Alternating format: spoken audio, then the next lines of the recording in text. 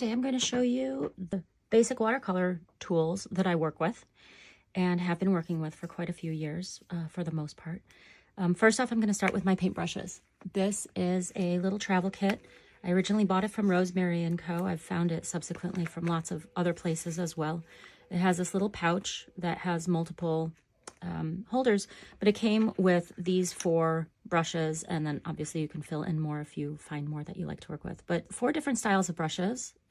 This is a pointed round that is really, really versatile and is one of my most used brushes. Honestly, these two, the pointed round and your standard 8 round, are what I do about 90% of my painting with. Other brushes in this kit are this sort of dagger edge angled brush, which I don't think I've even used. It still has the glue on it. And this flat brush. And each brush type has a different style of mark that it makes.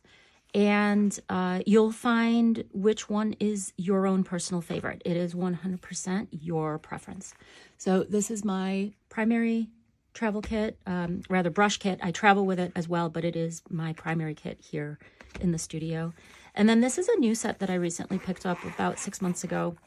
And it is really versatile. I've really enjoyed working with it. Some of the things that are missing from my travel kit are these larger mop brushes that let you have lots and lots of water on them. And for flowing watercolor, the more water and the larger brush you use, kind of the more fluidity you can play with. So this is a nice little variety of different styles that you might find some delight with, including a small round that still has its little package protector on it. This is a small mop brush. This little guy is a scrubber brush, which I have not yet used, but could be really fun to work with. This is a filbert. So filbert is this almond-shaped guy.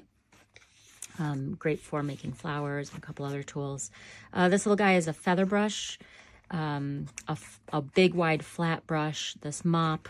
This one is a finer point, again, an angled brush, and then one more mop brush.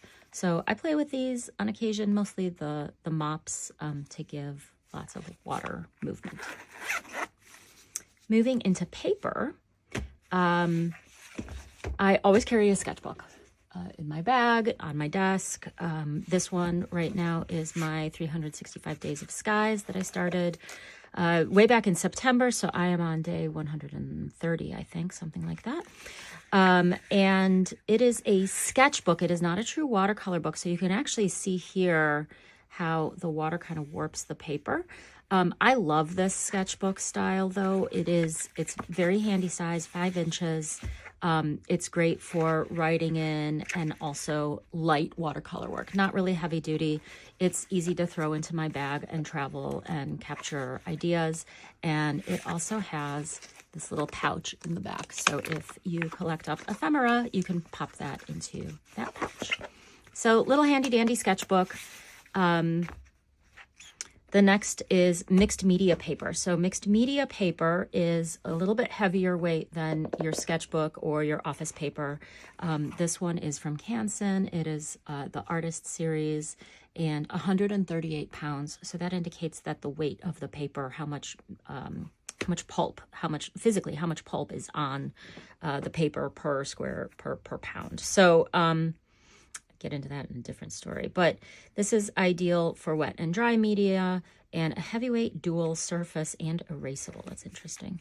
I use it for sketching out ideas. It's a little bit thicker, not as expensive as watercolor paper. You know, a pad of this for 30 sheets is maybe $6, $8, $10, depending on the day. But you can generally find mixed media paper at any art supply store. Then I go into watercolor paper. So for the most part, I work with 140 pound or 300 GSM watercolor paper. There is heavier weight paper that is almost like a cardstock that is really fun to work with, but also quite expensive. So I mostly stay with the 140 pound 300 GSM. This brand is called Fluid. It's a cold press finish. So your finish is really important to understand. You get cold press, hot press, and sometimes it might be rough or unpressed, or like handmade is another way that they might say it. And hot press is basically the paper gets ironed as it's finished, and it's a super slick surface. So it's great for washes of watercolor, and it's great for really fine work. But I prefer cold press, which has a little bit of a tooth to it. There's a little bit of a graining to it, and different brands have different textures. So it's really worth exploring different brands and see what you like. Fluid is a brand that I've been using for at least 5 years. I really enjoy the way that the watercolor moves on it, and they come in what's called an easy block. So a block of watercolor, historically, watercolor paper would be sold in blocks that were glued on all 4 sides, and there would be just like a little corner area where you could loosen the page and pull them apart. And the reason for that is when you're working with watercolor and using heavy wet on wet technique, you need to keep your edges fixed in order to prevent the paper from buckling. So these watercolor blocks are designed for you to be able to just paint directly onto the block with heavy wet on wet technique. But the problem with that block style is that you can only paint on 1 sheet at a time. Once it finishes, you're done. Then you take that piece off and you can get to the next page. Most people I know don't actually paint that way. Many people will take multiple pages, have them set out on different surfaces, tape them down with painter's tape. But anyway, so the block is a technique. It's if you see something that's called just a block, not an easy block, it's likely glued on all 4 sides, and there's like a little corner that you can peel up from. Easy Block by Fluid is great because it is glued on 2 sides, top and bottom, and you can easily get your fingers or a palette knife or something underneath the paper to separate those sheets. 8x8 size is great for me. I love working in this size for my mandala paintings and other circular works. Arches is another fantastic brand. You may have heard of it. It's probably one of the more famous paper companies. They are based in France and have been producing paper since the 1700s.